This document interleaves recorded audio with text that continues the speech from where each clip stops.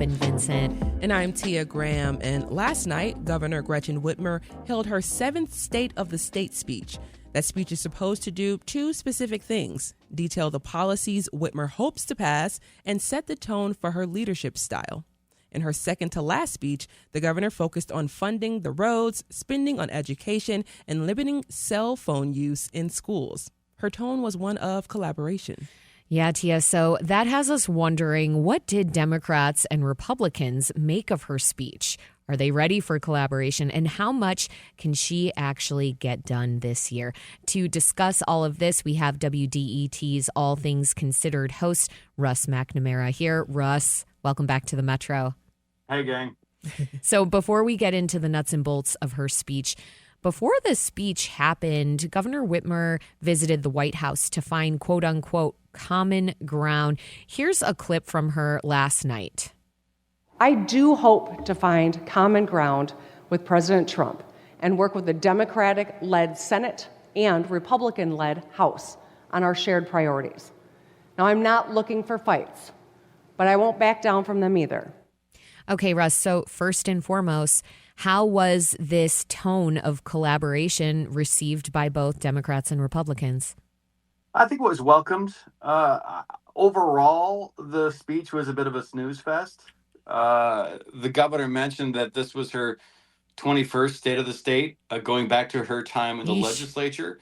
She was clearly sick, but enthusiasm from her and the Democrats in attendance seemed at times forced. You get the normal applause lines after, making a statement, and everything was off. Nothing seemed in sync. I've covered all of Whitmer's speeches. This was definitely her worst State of the State, mostly because she had to strike that conciliatory tone after 2 years of having Democrats being in charge of the legislature. After the address, Senate Minority Leader Eric Nesbitt and House Speaker Matt Hall, both Republicans, had to kind of try hard to be mad, if that tells you how little this speech moved the needle in either way. It was, I think, a tepid response for a fairly tepid speech.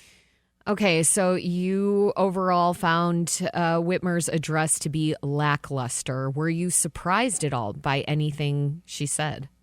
Not really. You knew she'd have to adopt that more conciliatory tone with Republicans in control of the House. She gave House Speaker Matt Hall a shout out for his wish to adopt more transparency in budget earmarks. Transparency is not exactly the Whitmer administration's song suit, despite some kicking and screaming from members of her own party. Also, there seemed to be some bipartisan consensus on rolling back some red tape around permitting and licensing. If the government mandated that a dozen eggs had to be 12 eggs, the GOP would call that an unfair regulation. So cutting back some of the red tape is going to be welcome with open arms. Now, Russ, there are several things Whitmer focused on: education spending, limiting phones in schools, building more housing, and, of course, fixing the roads.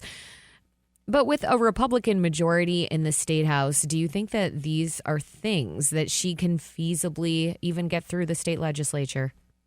I think everybody agrees that all those things need to happen, but there are deep divisions about how exactly to go about it. And because it's been a couple of years since Republicans were really involved in the process when it comes to budgeting and any legislation, they might just choose to kind of sit this one out and make life difficult for Governor Gretchen Whitmer and not really help things out. The budget itself is going to take a long time.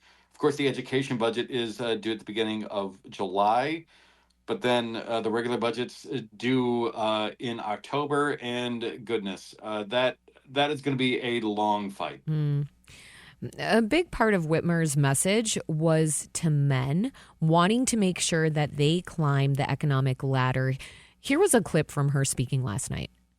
In Michigan, men and women want to protect and provide for their families, to be financially successful, and to be good role models. And that's why no matter who you are, we want to help you learn more and earn more. Russ, why do you think Whitmer specifically wanted to make sure that men, specifically young men, were heard during her speech? Oh, the last election is why. Uh, in November, 60% of white men under 30, half of Latino men under 30, and a third of black men under 30 voted for Donald Trump. That's a huge shift from 2020.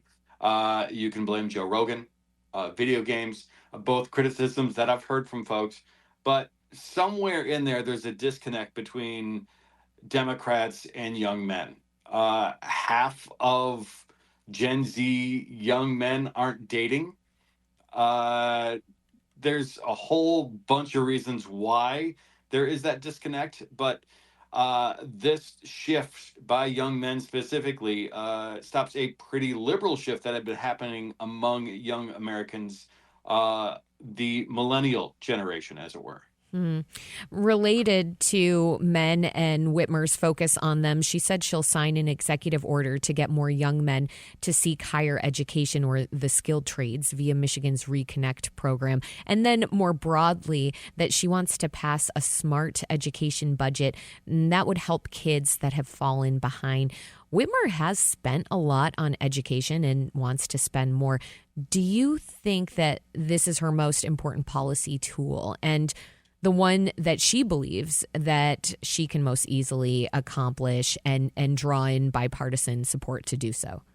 She has definitely made education a point of emphasis in ways that Republicans really have not in prior administrations.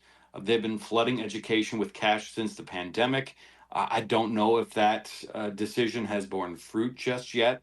Eric Nesbitt pointed out last night Mississippi has higher reading test scores, and he's right. And I will say Mississippi has been on the forefront of an early literacy program, which could, definitely talk about that shift.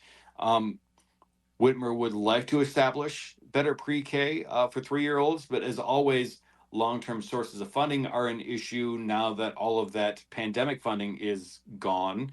It's also worth noting that Republicans have underfunded education in Michigan. The Reconnect program itself has gone well, but we've seen a 10% jump since it was announced. So it's still 9% of the general public in Michigan, short of what Governor Whitmer had hoped would be the goal in Michigan, getting 60% of people in the state with a secondary degree of some sort. And that kind of plays into an earlier point where women are using the Reconnect program twice as often as men at this point. You're listening to The Metro on WDET, Detroit Public Radio. I'm Robin Vincent. And I'm Tia Graham. We're speaking with Russ McNamara, WDET's All Things Considered host, and we're discussing Governor Gretchen Whitmer's State of the State speech last night. Russ, I want to discuss one more thing with you in the realm of education, phone use in schools. Here was Whitmer last night. I understand the need to be connected to your child, but we can do better. This year, let's pass bipartisan legislation to limit the use of phones in class. So what would it mean for Whitmer to limit phone use, and why didn't she call for an outright ban? Well, I don't think she wants to outright ban them, basically because of the specter of mass shootings, which unfortunately is there. Giving kids that access, parents' hesitancy to be completely cut off from their kids is, a huge source of anxiety. I think phones in classrooms will never fully go away in Michigan. Plus, I'm sure some teachers can find creative ways to use them, just as some have so far. There is a nationwide push to limit or ban them altogether. Just today, Alabama passed legislation to ban phones in classrooms for the next school year, becoming the 10th state to do so. Wow. So I think that's a huge part of it. Yeah, wow. So let's talk roads. Fixing the damn roads. Whitmer has fixed some of our roads in the short term, but not the long term. That's in part because she wasn't able to get the support to raise taxes to do it. So here she is discussing fixing the roads. For all of us to be a part of the solution, we must all compromise, and that's the way it ought to be. Let's get back to the negotiating table in the coming days and weeks and find a long-term bipartisan solution so we can fix more of those damn roads. So what do you think this fight would look like in the coming months? Is there any hope that a deal will be made to fix our roads in the long term. There's a first time for everything. Governor Whitmer has been searching for a long-term fix well before she was the top executive. Her bond plan worked, but that was stopgap. She wants to raise taxes on corporations and cannabis to fund road work. The GOP say no when it comes to any new money, aka raising taxes, even as corporate tax rates are historically low across the country. It's been that focus for Whitmer and a punchline for Republicans, but they really couldn't come up with a long-term plan either. So maybe they can hash out some sort of compromise. But again, everything is going to be contentious this year. All right, 30 seconds or less, Russ. Housing affordability is a big problem. Whitmer called for $2 billion to build, buy, or fix 11,000 homes. What was the reaction to this call, and how feasible is it? Republicans hate it using MSHDA to do it. They think we'll create too much red tape. But they also say that's still not enough. Tariffs, lumber availability, workforce availability with deporting a whole bunch of migrant workers could all play into just like nobody being able to build anything quickly and sustainability. Russ McNamara, as always, thank you so much for joining us on the Metro. Russ McNamara hosts WDET's All Things Considered. And once again, we'll chat with you soon. All right. Bye, guys.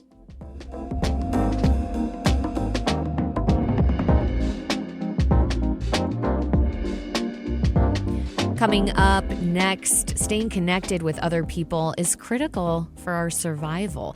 But we need gathering places to do that. We want to hear from you. Where do you go to be with your people or to meet new ones? Call and tell us your favorite neighborhood spot to hang out. The number is 313-577-1019.